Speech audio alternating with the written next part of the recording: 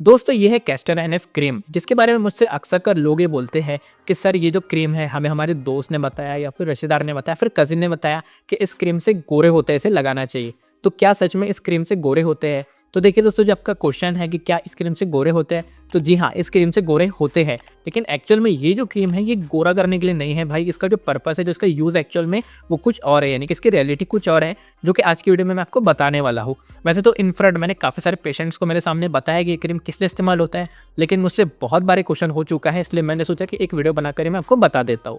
तो देखिए दोस्तों, सबसे पहले अगर हम लोग इस कैस्टर एनएफ क्रीम के कंटेंट्स के ऊपर नजर डालें ना, तो इस क्रीम में हमें देखने को मिलता है सिप्रोफ्लोक्सासिन, जो कि एक एंटीबायोटिक एजेंट है। यहीं पर दूसरे नंबर पर मेट्रोनिडाज़ोल देखने को मिलता है, जो कि एक एंटीबायोटिक एजेंट है। तीसरे नंबर पर हमें देखने को मिलता है यहाँ पर टर्बिनाफाइन, जो कि एक एंटीफंगल एजेंट होता है। और यहाँ पर चौथे नंबर पर जो कंटेंट देखने को मिलता है वो क्लोबेटासोल प्रोपियोनेट, जो कि एक टॉपिकल कोर्टिकोस्टेरॉइड्स में आता है। यहीं पर अगर हम बात करें कि ये जो क्रीम है ये एक्चुअल में किस पर्पस के लिए बनाया गया था, क्या इसका यूज़ है, तो ये जो क्रीम है दोस्तों, जैसे कि इसके कंटेंट्स से हमें समझ में आता है थोड़ा बहुत कि पहले नंबर पर इसके अंदर जो यहाँ पर एंटीबायोटिक एजेंट दिया हुआ है, यानी कि हमारे स्किन के ऊपर से बैक्टीरिया को किल करेगा। इसके साथ में इसके अंदर जो एंटी फंगल एजेंट है टर्बिनाफाइन, तो एंटी फंगल एजेंट होने की वजह से हमारे स्किन के ऊपर कैंडिडाइसिस या फिर जो है रिंगवॉर्म इन्फेक्शन जैसी समस्या को किल करेगा, यानी कि दांत खाज खुजली को किल करेगा, फंगल इन्फेक्शन को दूर करेगा। और इसके अंदर जो क्लोबेटासोल प्रोपियोनेट दिया हुआ है, क्योंकि दोस्तों ये जो होता है ये एक टॉपिकल कॉर्टिकोस्टेरॉइड है, जो कि हमारे स्किन के ऊपर एक केमिकल होता है जिसका नाम होता है प्रोस्टाग्लैंडिन। अभी प्रोस्टाग्लैंडिन क्या बला है तो ज़्यादा डीप में नहीं जाती, मैं सिर्फ आपको इतना ही बोलूँगा कि जब भी अगर हमारे स्किन पर अगर से फॉर एग्जांपल किसी कीड़े ने काटा, यानी कि यहाँ पर मुझे अगर से कुछ कीड़े ने फिर इंसेक्ट ने बाइट किया, तो यहाँ पर जो रेडनेस ऑफ स्वेलिंग आएंगी, तो वो क्यों आती है दोस्तों? वो आती है प्रोस्टाग्लैंडिन की वजह से। तो जब हम इस क्रीम को अप्लाई करेंगे वहाँ पर, तो जो क्लोबेटासोल प्रोपियोनेट है, तो वो जो है प्रोस्टाग्लैंडिन को वहाँ पर आना ब्लॉक कर देगा, बंद कर देगा, जिसकी वजह से जो स्किन के ऊपर स्वेलिंग या फिर जो वहाँ पर ईचिंग हो रही है, वो ईचिंग और स्वेलिंग होना बंद हो जाएंगी। तो कुछ इस तरीके से फंगल इन्फेक्शन पर भी जब ईचिंग और स्वेलिंग और रेडनेस आती है, तो क्लोबेटासोल की वजह से वो बंद हो जाती है।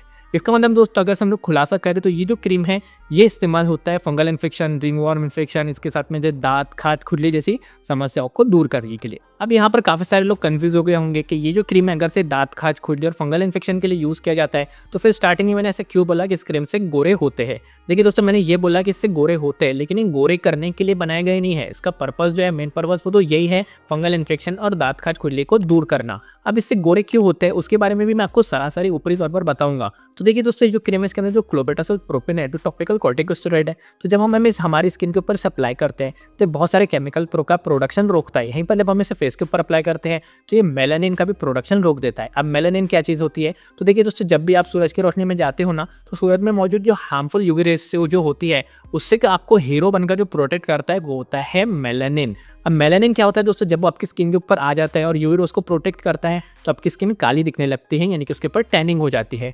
तो अब हम क्या करते हैं भाई, हम ज़्यादा होशियार बन जाते हैं और जो हीरो बन के हमारे लिए काम कर रहा था ना, तो उसके ऊपर लगा देते हैं क्लोबेटासोल वाला क्रीम, यानी कि कैस्टर एनएफ क्रीम, जिसकी वजह से वहाँ पर मेलानिन का बनना बंद हो जाता है। इसके वजह से हमारी स्किन जो है वो गोरी दिखने लगती है। लेकिन एक्चुअल में दोस्तों, हम जो है खुद के ऊपर ही एक तरीके से मुसीबत मोल ले लेते हैं, क्योंकि जहाँ पर मेलानिन बनना बंद हो जाएगा, फिर आप जब सूरज की रोशनी में जाते हो तो सूरज की रोशनी जब आपकी स्किन के ऊपर पड़ेंगी तो हार्मफुल यूवी रेज आपकी स्किन को डैमेज कर देंगी, जिसकी वजह से दोस्तों आपको लॉन्ग टर्म में काफ़ी सारे साइड इफेक्ट्स देखने को आते हैं।